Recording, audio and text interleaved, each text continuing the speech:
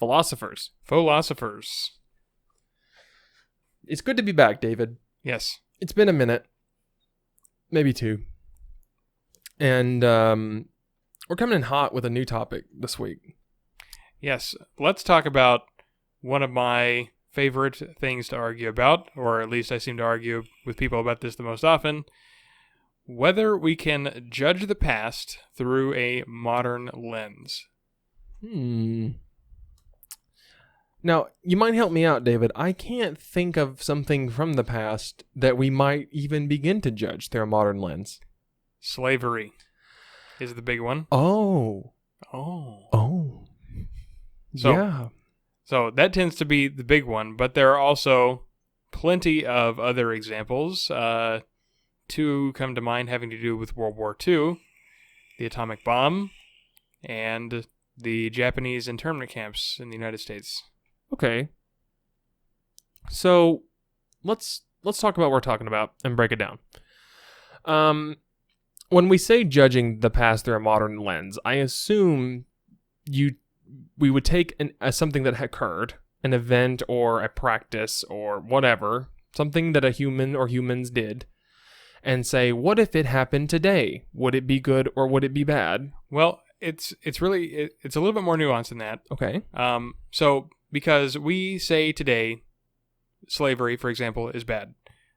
We would condemn somebody immediately for trying to institute slavery again, say in the United States. Okay. But can we go further and say that the people who practiced slavery in the past were wrong to do so? Okay. And this is often seen as an unfair judgment to pass because, so it normally goes, it was a different time, you weren't there, yada, yada, yada. Okay. I guess that does beg the question then, not fallaciously, mind you. Raise the question. It raises the question, can people be held at fault for something that... Okay, I guess that... Well, that's a different topic. It's a different topic, but it's applicable here, and I think you can divide any of the issues or topics to be discussed in that framework into two groups. Ones that there's some piece of knowledge that we have gained since then that has led us to the conclusion that it was wrong, that people at the time didn't have. Because that's another thing too. And I was trying to get at the nuance is knowing what we know now, can we judge the thing? Or like, for instance, can we judge, I'll be generous and call them doctors from long ago for practicing things like bloodletting when they really had no means to know better. Right. And they may have tried it and it seemed to work with a small enough sample size, right. And these people were going to die. People were dying anyway, so trying something was better than doing nothing. And letting them die. Yeah. So, and then, of course, now we have the scientific knowledge that this is totally ineffective, or at least I don't know of anything that can be actually treated by bloodletting. I'm sure there's probably some obscure thing I haven't heard of that's actually good for. But not for, like, the flu. Right. Things like that. So, yeah. But then, I imagine you were going to go into another category of things where it's not something where we can say scientifically discovered that it was wrong, but we just later came to a moral conclusion that it was wrong. Right. And the thing with that goes is if it was something we discovered was scientifically, not good to do, like bloodletting, then that's one thing. But it's a lot harder to look at morality as something that changes, because a majority of people, I would say, believe in an objective morality. Or if you do believe in an objective morality, then you cannot say that something that was bad now, it was good then. For example, like, it has to be, time is irrelevant, knowledge was irrelevant. Sure, there are things that maybe in a human context can weigh them as being better or worse, but it's still wrong. For example, back to slavery, there is no way you can morally justify it. Well, let me put it this way. if you believe now there's no way you can morally justify it, then how can you possibly justify it back then? Exactly. And so it's still wrong. And okay. And then I also think that comes, and this may need to come later, but I think to finish out the thought, the next question would be, so what do we do about it? Like, it happened, the people who, especially for something like slavery, it happened, the people that perpetrated it are dead, so what? Like, yes, I can condemn the action of the person now, but what good does it do? Condemnation is typically only useful for people who are alive, and I think that's often where people go, and I think people get defensive about these topics and would defend something that was horrible as giving the excuses you gave before, because they're trying to protect maybe a legacy, or for whatever reason, maybe have see the past through rose-colored glasses and take the good with the bad kind of thing. I don't know. Or, and this is a bit presumptuous perhaps,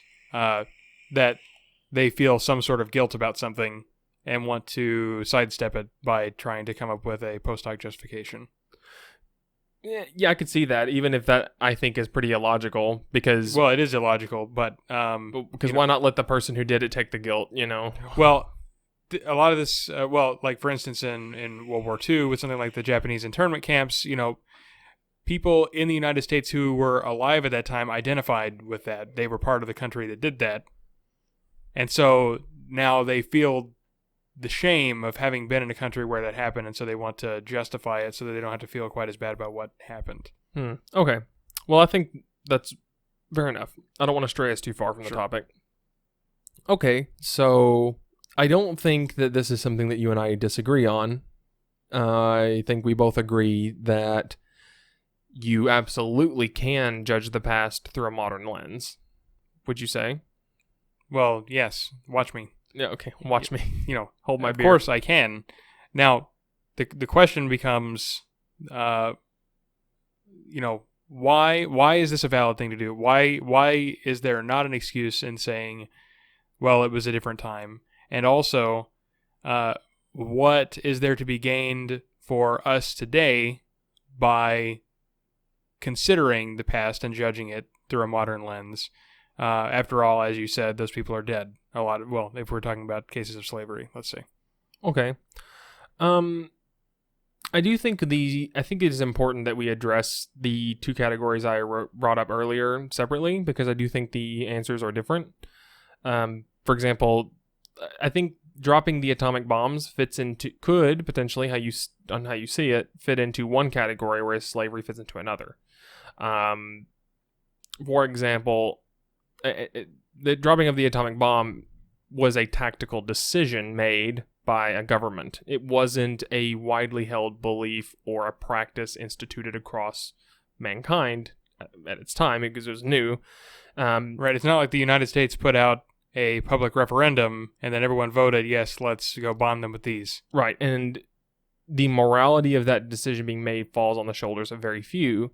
The ones who actually were responsible for making the decision and for following the order to do so. Right. And in that very specific instance, I think the information they had available at the time could potentially change, maybe not whether it was right or it was wrong, but provide some justification for why they did what they did. Now, I don't want to, say I'm moving goalposts, because I could see the other side of the argument being made too, that no, it was a moral decision, and just because it's an easier moral decision or easier for us to understand in a modern context doesn't mean that it should get off the hook, because you could easily apply the same logic to something like slavery, like, well, take the information you had at that time, and it was something that you were just used to, and if you go back to like the Roman society, the Roman society benefited off of taking slaves, and the argument could have been made that they were only aware that societies that did this thing were successful and societies that didn't failed.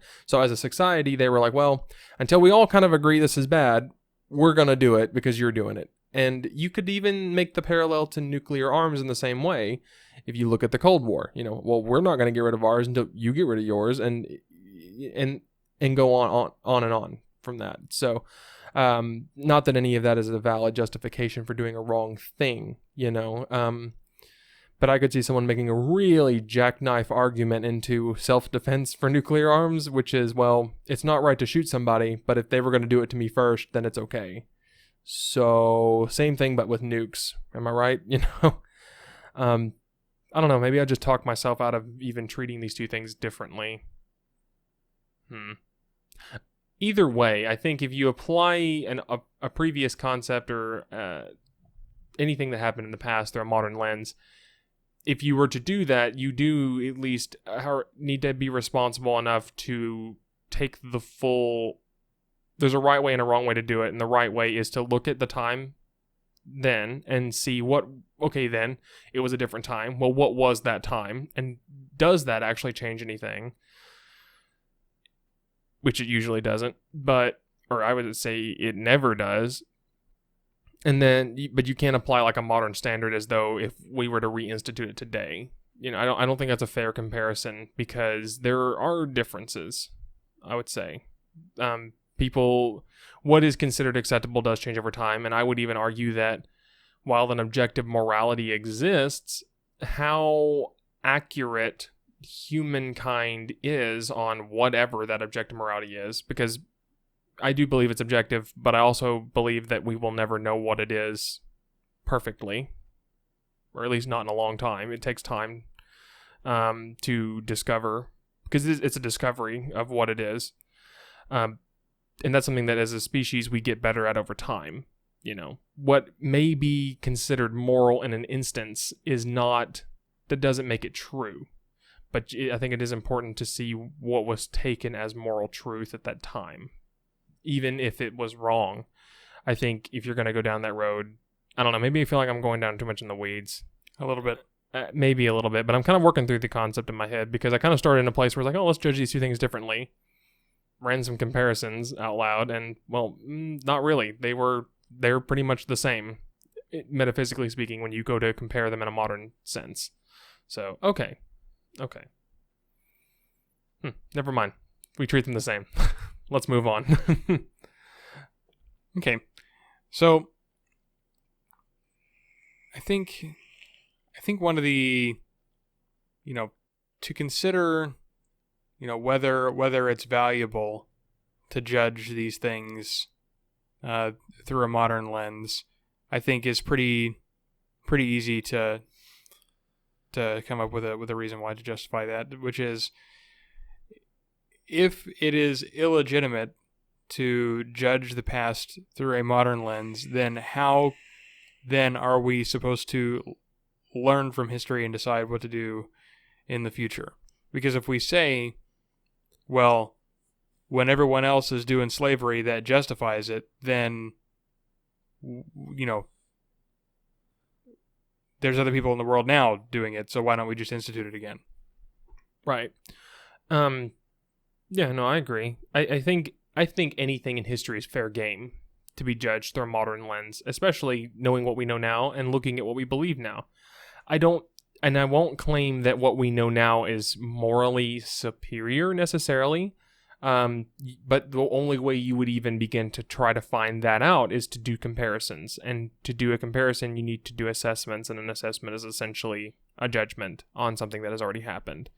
For example, child labor laws. We consider it to be immoral to put children to work now. Like, it's gotten to the point where it's viewed as immoral, not just illegal, to make a child work.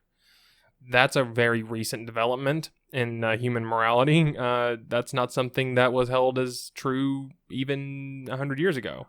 But something did actually change in the circumstances for that as well. Okay. Well, so, of course, children worked for millennia when everyone's occupation was farmer. It was one of the primary reasons to have children is to have more farm hands. Well, okay.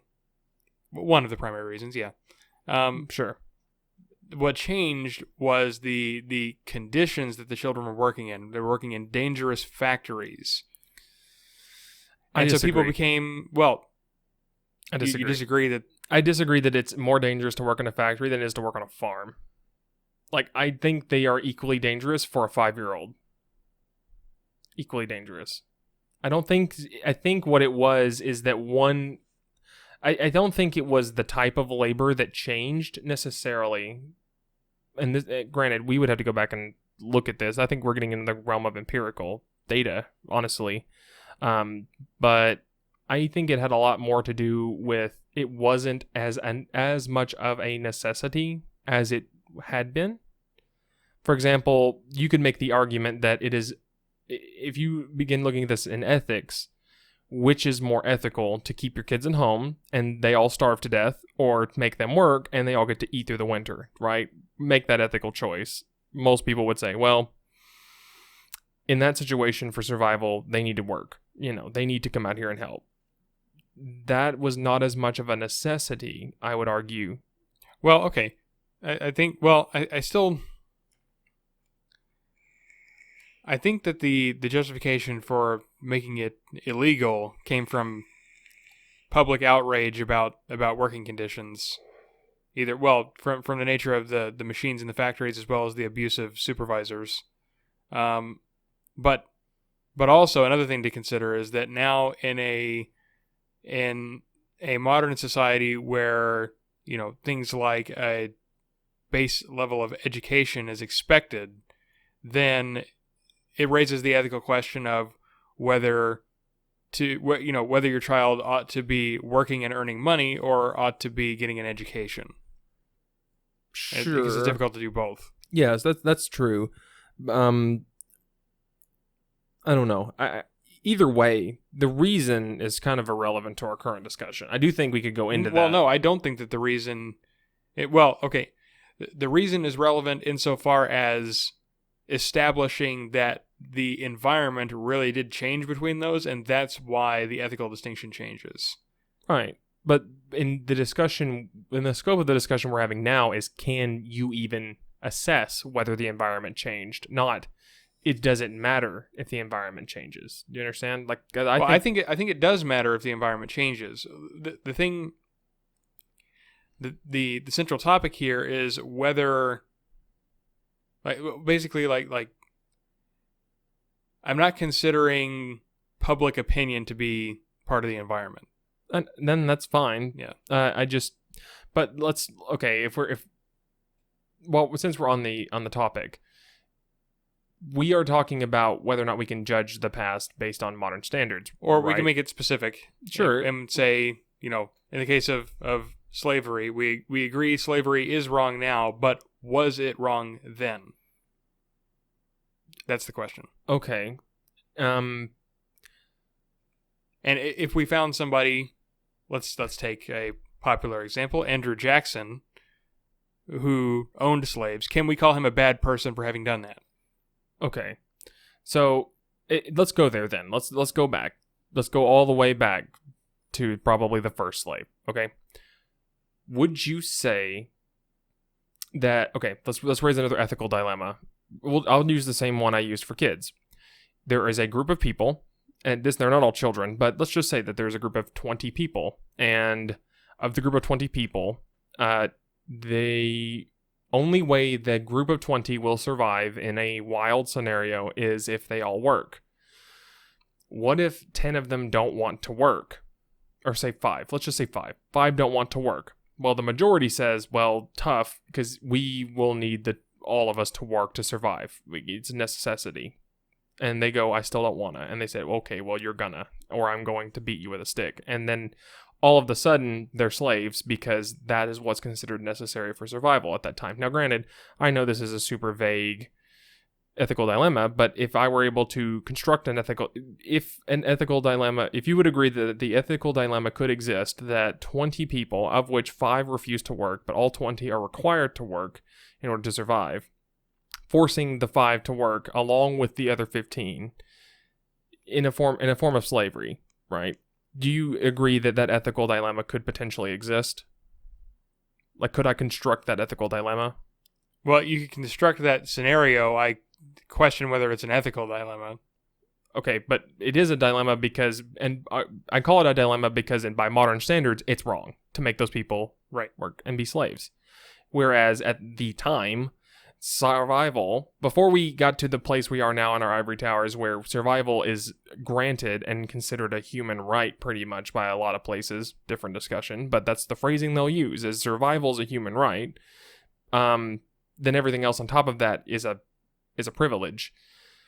Okay, back then, when survival wasn't a granted and wasn't a given, it was something that was earned, beyond just breathing and existing in a society. I would say that in that case, the survival of the human beings, from at least a, not pragmatic, what's the word I'm looking for, utilitarian point of view, slavery is justified. That case can be argued. Now, is it wrong? Yes, but now you get into moral relativism of, so what? Dying is worse. Letting the whole group die is worse. Then people could make that case. I'm not saying that they're right, but I'm just saying if we take the same example I gave for children and applied it to adults in a survival scenario, that's a discussion that needs to be had. And then can you hold those 15 responsible for the enslavement of the 5?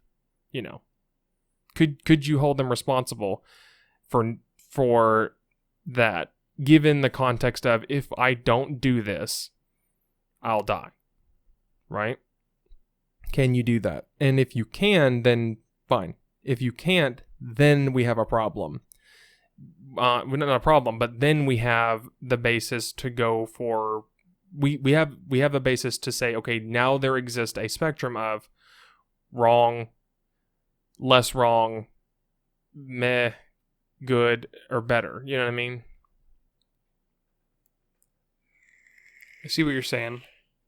And that's the whole point of judging the past through the modern lens, is to go, can I, and I think that's the question we're trying to address, is can I assign blame to that person not knowing everything about their circumstance, and that's not even the past. That can happen today. Any event in which I do not have the total sum of human knowledge, can I even assess and provide a judgment by which any action can be carried out by others, and then level condemnation at the person, which I personally think is ridiculous. They're dead. Who cares? That's my thing. I think we're kind of walking between two separate issues about whether it's okay for the person who would look at the past and say, yeah, well, this guy was bad, and then the other person says, well, you don't know the circumstance. They have very different motivations and why they're doing what they're doing. That's one discussion, is the motivations for why you would want to in the first place. And then, given you have good intentions and you are a good faith interlocutor and say, well, I'm just trying to look at this from an objective standpoint, then it goes, oh, okay, well, what point is making assumptions not okay, and what point is it making okay? And it's complicated, but... So, I have another hypothetical. Okay. Suppose the case of a hypothetical murder. Okay. One person murders one other person. Let's say... Well, we'll take the classic example that we've used before of a man comes home, finds his wife sleeping with some other man, and in his fit of rage murders the other man. Okay. Again, stupid. You should murder the woman, but whatever, in my opinion. Moving past that, yeah. We'll get into that later. That'll be a post-show That's a thing. totally different discussion, but anyway... Well, or whatever. Murders both of them. Doesn't matter. Doesn't matter, Doesn't matter for purposes of this hypothetical.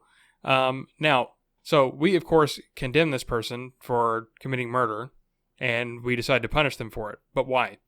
After all, if you were in his shoes, wouldn't you have done the same? That depends on the person. Well, it does depend on the person, but he was that person, and if you were him, then you would have done it. So can you condemn him? If I were him, I would have done it? Yes. Well, of course. If anyone were him, you would have done it. Exactly. Yeah. And this is my core gripe with the different time, different place, different circumstances thing, is that yes, but this can be said of anything. Things that we all unanimously condemn. I see what you're saying. I see what you're getting at. Yeah, that's okay. But the point of condemnation, though, is to point out, well, okay, not just condemnation, but when you level a judgment, what you're doing is taking what you hold as a moral standard and pointing out an incongruency in an act to the moral standard. There is a difference, and don't get me wrong, I agree. If you were that person, you would have murdered them, and for me, that's fine. Yeah, sure, yeah, and I would have been wrong to do so. I would judge myself in that case as deserving of whatever I would level at that person. Granted, I don't think most people come in it with that level of forethought and saying, yeah, but if you would have done it, if you were in that person's shoes, would you want whatever you're about to hand down as a judgment leveled at you and whatever consequences that comes with? Most people hastily say yes because they never think they'll be in that scenario. Can I draw another quick parallel? Go ahead. A good example is when I start talking to people about the average German citizen under Nazi Germany. Right? The people who lived in the town neighboring Auschwitz were complicit in what happened. And it's been proven that they knew what was going on. Like, they weren't ignorant. You can't use that as an excuse. I'm sure there were maybe a few people who were ignorant, but most of them knew what was going on because most of them were the guards that worked there, right? And word spreads, and they all knew what was going on, and they did nothing about it. That shows compliance and being complicit in the act, right? There will be people who will say we should judge those people as just as guilty as the person who put the whatever gas they used in the thing and then it killed all these people. They're just as guilty. Well, I disagree with that. I know you disagree with that, but a person who makes that argument then also has to accept the fact that if you were in that scenario, it is not, first of all, if you were just in the scenario, it is highly likely that you would have been complicit. And they disagree because they can't conceptualize living in Nazi Germany as a German. They can't see it. They can't think about that. Like that is not a frame of reference in which they can put themselves. But the practical reality is, those people, if you take the average person there, and then you take the average person here, you can draw an equivalence between the two. Assuming, there's a lot of assumptions that has to be made, but averages exist for a reason. The average person today is complicit in the things that happen now that in 100 years might be seen as morally egregious. You can make the argument that every American is complicit in every death of every civilian in half the Middle East because of American involvement. Most Americans go, whoa, that's not me, that's not even our military guys, that's the government. But as soon as you turn around and say, well, what about the Germans in Nazi Germany? People will make the unfair comparison to say, oh, well, no, they are complicit because they were Nazis, And I think that's what we're kind of getting at is if you are going to judge the past by modern standards, you need to draw the relative comparison for everything. You can't just take that act, pluck it out of its scenario and context, drop it in a modern context, and then judge it. You're a person out of that context. If you were to reanimate them and bring them to the modern world and then judge them for that, you need to look at it all in context. And then the hard part is seeing how a context shapes a person and then draw the line for how the context changed and then see how the people have changed and see if it's a one-to-one relationship. And that is incredibly abstract and nearly impossible to do. Nearly impossible empirically to do. Maybe theoretically possible, but not practically possible to do. But it's an interesting thought experiment because that if we could do that, then maybe we could project morality. And we could advance quicker as a species. That's getting way out of scope. But I'm just saying, you can't judge the citizen of the town next to Auschwitz as though you went back in time and were complicit. Or they brought them to this time and said you were complicit, Well, I don't know about that. Okay. Now, I would not go so far as to say that someone living near Auschwitz is just as complicit as the person who poured in the gas. No, I didn't say just as. Yeah, that's a bad argument, but I know, but I think that let's consider speculate perhaps as to why someone might have been not necessarily apathetic, but would not act against something like that. Obvious thing that comes to mind is fear, afraid to act on it. But cowardice is something that we judge people for. Yeah, it is a bad thing to be a coward. Right. That's actually not a new thing either. That's been around for a long time. Mm-hmm. That was a thing even then. Okay. Right. So can we not judge those people for being cowards?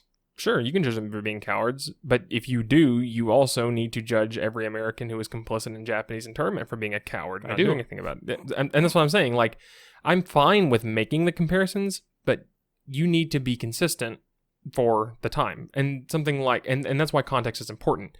You can make the argument that if you could go back far enough, there might have been a time in human history where being a coward wasn't a bad thing, because a coward survived. Take the reason cowardice exists, and that is, on 1 out of 1,000,000 times, the bush rustling is a jaguar, and the other 999,000 times it's the wind. The coward survives every time. The one who runs away and doesn't deal with it survives every time. Right? Well, yeah, I understand the reason for fear to exist, but there's a reason why we judge some people as cowards and other people as reasonably fearful. I'm sorry. Tell me the difference. I know you're probably going to go there, but I want to know the difference. Well, okay. So in the case of something like the Japanese internment camps or the Nazi extermination camps, the difference for me, for those people being too afraid to act on it, they may have had a reasonable fear that they would have been killed by government agents. Yeah, the two of the largest war machines ever created. Sure.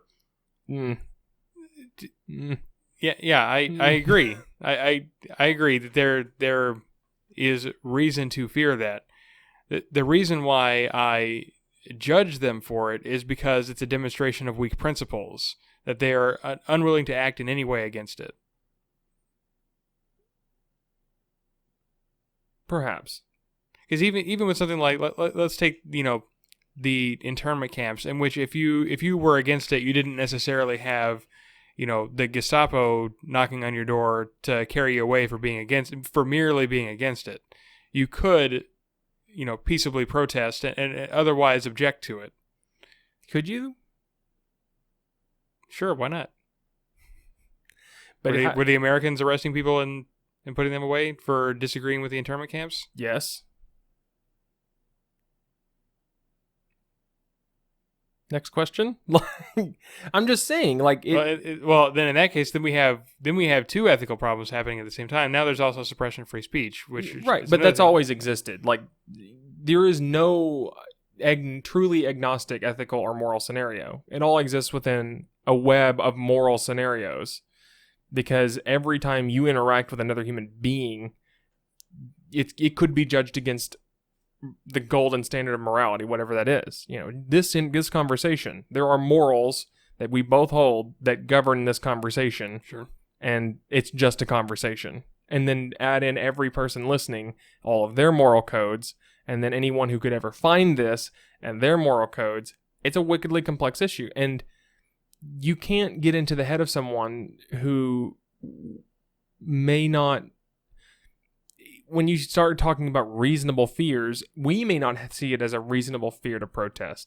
We don't know what it was like then. And also, and I'm not going to, okay, that was kind of the fallacious argument we're trying to argue against, so I'm not going to go that route. But it's the truth, as far as we don't know what that person was thinking unless they wrote it down to know why it was a reasonable fear. The person who doesn't protest may be the one who knows what the Gestapo would have done, or what the Gestapo, from the Gestapo's perspective, would have done. And just that amount of propaganda was enough. Even if it was just propaganda, would it be reasonable? Is it reasonable to be fearful from propaganda that you don't know whether it's true or not? At what point is it okay to not act out of fear because of uncertainty, you know? Yeah, and there is a threshold there. There's something to be said about, living to fight another day. For sure. I guess, But you see what I'm getting at? And don't get me wrong. I would never say that the people there, because I take the stance, because you could take the train argument for the people, the Nazi citizens, inaction, in my opinion, you should never be held responsible for an inaction, because that doesn't make any sense to me. You Right. didn't do, don't get me wrong, I understand that inaction is action, but if I choose not to associate or interact with somebody, there is absolute zero way I think I could be held at fault for anything that could happen to them. Period.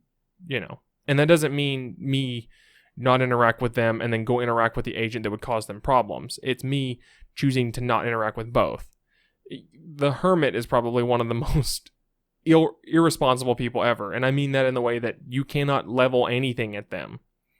And I think that's what a lot, and you can read from a lot of people who were considered hermits in their time, that's exactly why they did what they did. I can't be held responsible. No one is dying because of me. No one is getting killed because of me. And you could easily make the flip argument, well, yeah, but you could do something. And it was like, yeah, could, but I'm not held responsible otherwise. I also feel like the people who make the argument that, yeah, they could have done something and they're bad because they didn't, are people that do believe that inaction is immoral, or inaction can be held to the same moral standard as an action that way. And I disagree. And that's a different argument. Sure. But I think that's the truth. From what I've observed anyway, and based on my own experiences. But back to, I guess, the core issue, we're talking about judging those people based on the modern lens. I don't think there's anything wrong with saying, well, look at what we know now. If it were to be done today, would it be wrong? That's fine, as long as we are not looking at the past and trying to level a judgment at the past so much for leveling a judgment at the past for the past's sake. But if we look at it for what we can benefit today, I have no problem with someone saying slavery is wrong. These people who did it were wrong, even if they were good people. Now, people, and not to castigate those people for some personal feel-good moment, but to instead go, what does that say about me? I do good things. I think I'm a good person. They thought they were a good person.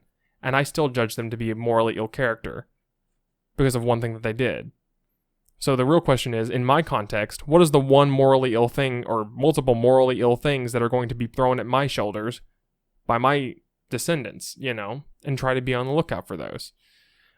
And take that lesson there. Some people would take the lesson that we should just never judge the past on an individual basis because we don't want to be judged by our descendants the same way. There's that fear as well. Because legacy is something that human beings spend an irrationally long time trying to protect for some reason. I guess because we fear death, the whole apotheosis of the thing. But I think that's one of the reasons you do see people doing that.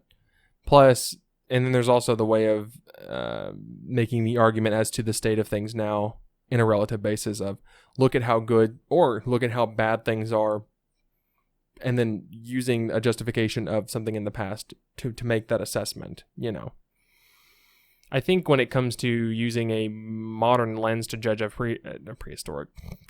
judging a historical event, I think the motivation of the person to do so is more so than normal to be called into question. Not because you should assume they're doing something wrong, but I think because of how vague most of the assessments are, I think the motivation should be called into question. Like, why are you doing it? You know what I'm saying? And I think there are good and bad reasons for judging the past by modern standards. I'll say that. I think there is a moral way to judge the past by modern standards and an immoral way to judge the past by modern standards. And it has all to go to what are you trying to achieve? And that's something we can't know beyond ourselves. But it's still important. Let's address the question. Is it okay to judge the past by modern standards? Well, I think so. Okay. I agree. I think I agree, but why? What are you trying to achieve? Just like anything else, I think that and something that's different, but in this case could be the same as like research. Scientific research. Scientific research, is that a good thing or a bad thing? Well, I like when it happens, but it seems morally neutral. Okay. So the person who gets up and is excited to fund the research, and the people who get up every day to do the research, are they doing a morally good thing when they do that? Or is it just neutral? It's neutral. Okay. Well, they might be researching with the intention of doing bad things to people. Would that make the research any less moral or immoral or more moral, or is it still neutral? It's still neutral. Okay. Fair enough. It's neutral because they could be trying to do good things or bad things or neutral things. Okay. So then you would disagree that the reason why you would judge the past by modern standards is a good thing or a bad thing? It's irrelevant. It's a morally neutral act? Hang on. I feel like there's a non sequitur here. What? The comparison I'm trying to figure out, because I'm not trying to castigate you one way or the other. I'm trying to figure it out. The act of doing science, research, gathering data and making predictions, the act of doing science is morally neutral, right? Would you say the act of judging the past is morally neutral as well? Judging the past by modern standards or through a modern lens. Is it a morally neutral act? I think that it is morally neutral to cast a judgment on anything. Okay, that's fine. I'm just trying to make sure that we're on the same page and we're being consistent. Because I'm not looking for a consistency as a gotcha. I'm looking for an inconsistency to see if we can figure out something else. And so, just like if you were to do science in trying to create an atomic bomb for the explicit purpose of killing people, that's what you want to do. You know, it's not, atomic research for energy. No, it's, I want to find a way in the smallest package possible to kill the most people. That is the whole goal of the research. That is immoral. If I want to judge the past by modern standards, to try to construct a social weapon from it, that is also immoral. If I have an immoral reason for doing it, regardless of whatever the immoral reason might be, it does not make. I'm not sure how judging the past assists you in creating a social weapon. Oh, can. I definitely think it can. The mere casting of a judgment? Yes. How? Because it depends on what judgment at which you arrive. Because who are you to judge A? Like, literally, what gives you the authority to judge the past? And I'm not saying that, I'm not trying to say that you don't have it. I'm just trying to say, where does it come from? Me. Okay. So it's a self-given authority, right? Well, right. This is basically just, I can express an opinion. Because that's all casting a judgment is expressing an opinion. Right. But by arriving at my opinion, I guess I see what you're saying. No one is forced to accept my judgment of the past. Right. They can argue against it or for it or whatever. Right. Or not care. Okay. And I'm okay with that. And so, but however, I have the freedom to express my opinions about anything, right? Mm-hmm. If I were to arrive at a conclusion that was wrong, and I knew it was wrong, but it was advantageous to me for other reasons. So it's like telling a lie, but I'm just using it through the vessel of assessing a judgment, because judgments are arbitrary. You know, I'm beginning to wonder if you arrive at a wrong judgment. Like, for example, if there were an objective morality, or given an objective morality, if you arrive at a judgment that does not fall in line with the objective morality, right? The act of arriving at the judgment is morally neutral. The judgment you arrived at, could it categorically be considered right or wrong? Or is it an opinion? You mean moral or immoral, or correct or incorrect? Moral or immoral. Like, your judgment of this was a moral thing or this was an immoral thing. Is that something that can be, for all intents and purposes, right or wrong. In the framework of an objective morality, yes. It's still neutral because, because now I'm thinking, okay, if we've just agreed, for sake of argument, that morality is objective, then it's basically just a part of reality, and so there's nothing morally, there's no moral aspect at all to knowing or not knowing a thing. Right, but can you be wrong? I'm not saying like morally wrong. Can you be factually wrong? I asked you that and you said morally. Oh, okay, sorry. I thought you were asking morally as in the judgment. Okay, I see where we got our wires crossed. I'm saying, could your judgment be right or wrong if an objective morality existed? Yes, your judgment could be correct or incorrect. Okay. Next question, I guess. I don't know if this matters, but is it moral or immoral to hold a wrong assessment? Or is it morally neutral?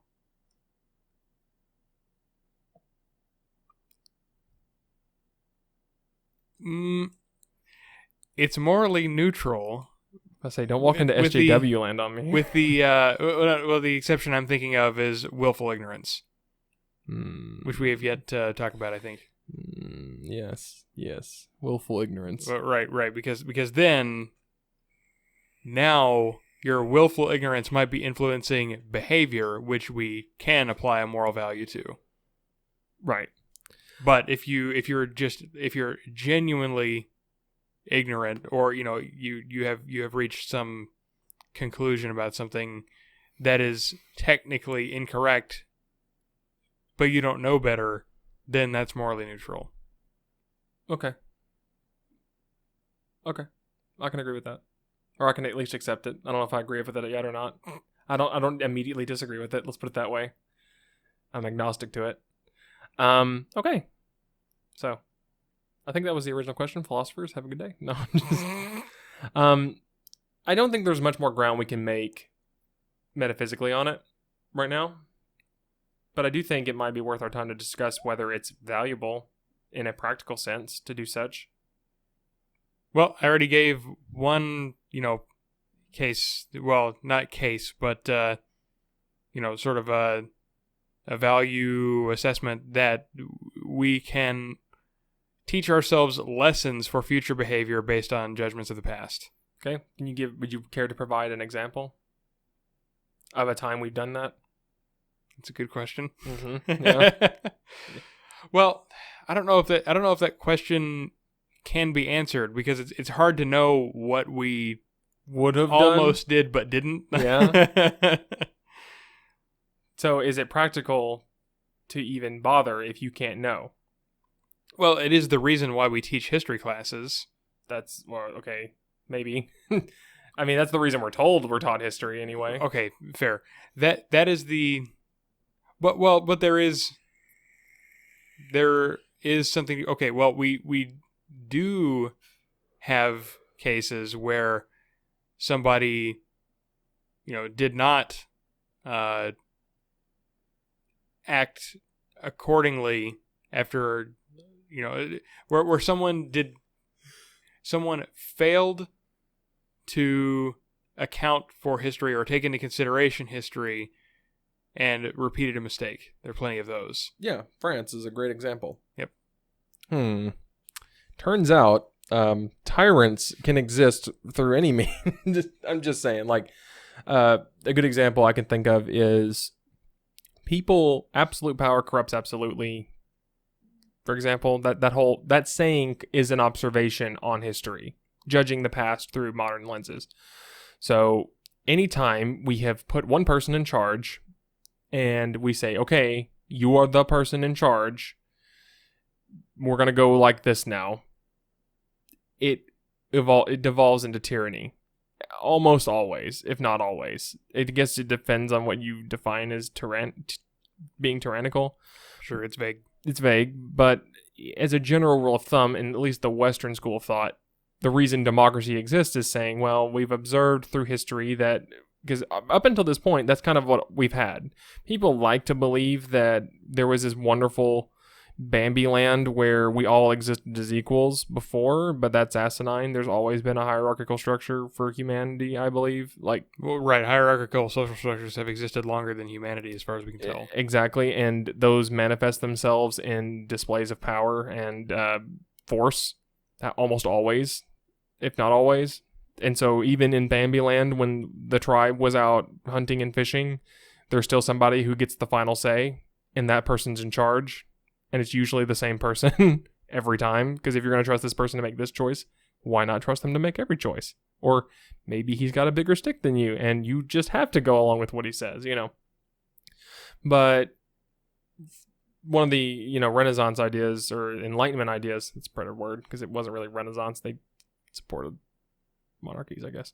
But one of the Enlightenment ideas was, well, why don't we stop making one person be the person that gets to make all the choices?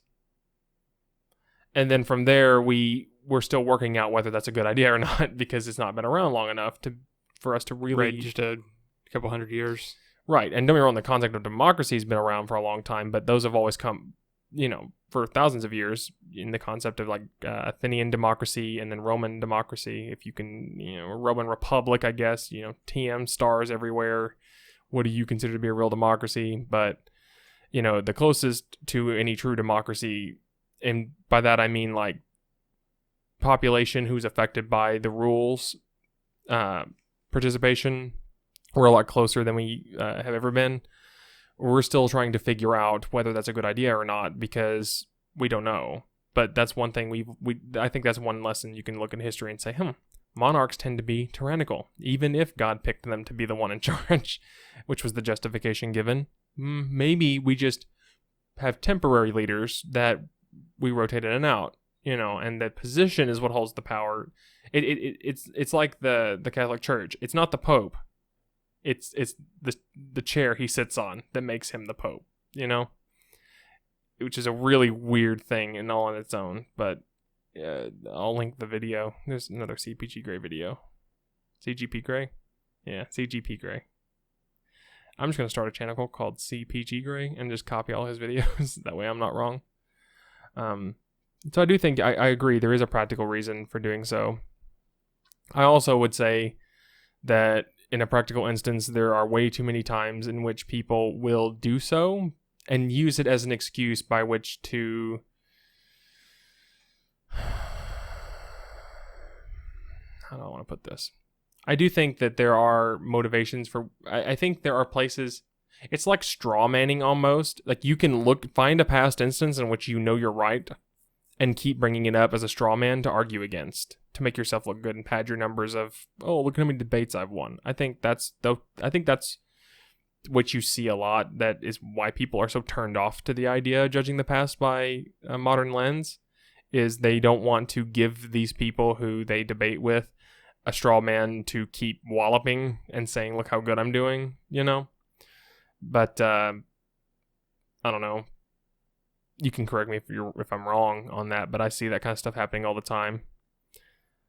I also think this kind of lends its hand back to our slavery video as well, when we talked about making those judgments and trying to assign restitution from those judgments on the past as well. There's definitely motivations there.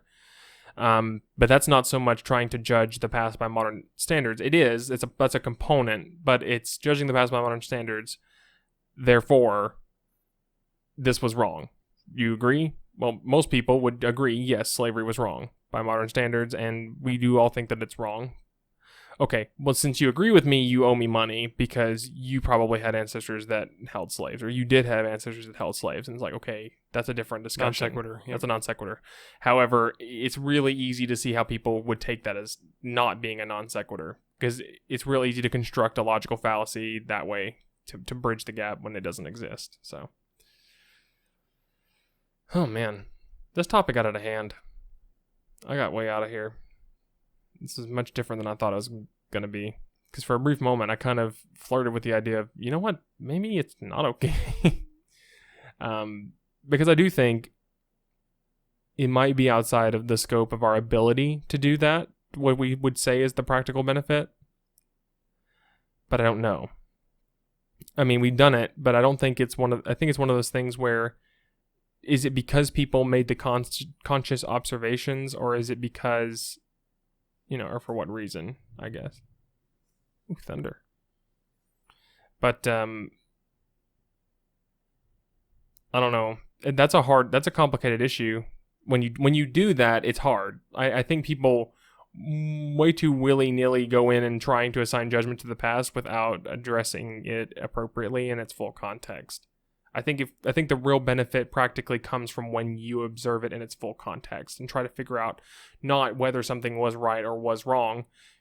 That's pretty easy, but then the hard part is figuring out why it was wrong and then see if you can find the behavior that we do now as the same justification for maybe something else, Going back to our Nazi Germany example, compliance or being complicit,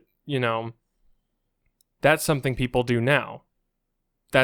If you say that's the reason they're wrong, then okay, look at the things people can be blamed for being complicit in and see, could that be potentially, is there a link between that Do you reason? mean complacent? Complicit? Complicit means you take part in the thing. Okay, but I guess I should be using the word complacent because the argument would be that they were complicit in it by doing nothing, right? Right. Sorry, I've got my head in that argument, but yeah, fine. From my perspective, I would say it is complacency, not being complicit. It is complacency, yes. Right, but the judgment could be made that it is being complicit, and this is why it's important. Well, right, yeah, deriving inaction as action, yep. And therefore they're complicit.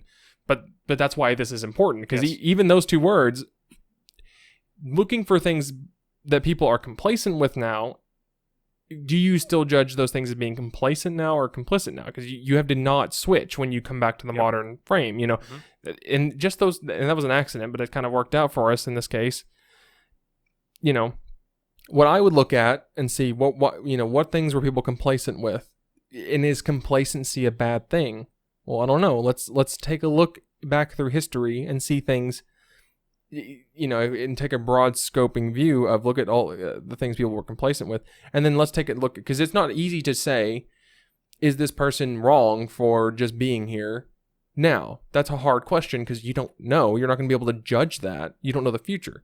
What you can do is maybe say, oh, they do seem to be complacent, and complacency is usually a red flag for something's going wrong, but they're just letting it happen. So now I can begin to look at the things they're complacent with and say, and hold them to a candle, and maybe bring them to action, or at least begin asking the question, because it's too hard to say, look at all of the things you do every day, and I'm going to start trying to figure out which ones are going to be considered immoral in 100 years. But if you were able to look back at the past and look at the reasons by which we say they were wrong, then maybe that gives you that cuts the chaff down quite a bit, So, well, I think we've beat the horse pretty sufficiently, but I'm very happy with this discussion because that gave me a lot to think about. Yep, me too. I'm going to go figure out what things I'm complacent with and start a government uprising against tyranny. Tyrannical democracy. Tyrannical democracy. It's my new it's a new band name. I'm gonna add that to the list. All right. Well, do you have anything else to say on the topic? I think that I've said my piece. Okay. I think I've said my piece and then my other piece. So, as usual. As usual. I know. I'm sorry. It's been a while. It's been 2 weeks. I had to do 2 episodes worth of not shutting the hell up. All right. Well, in that case, philosophers.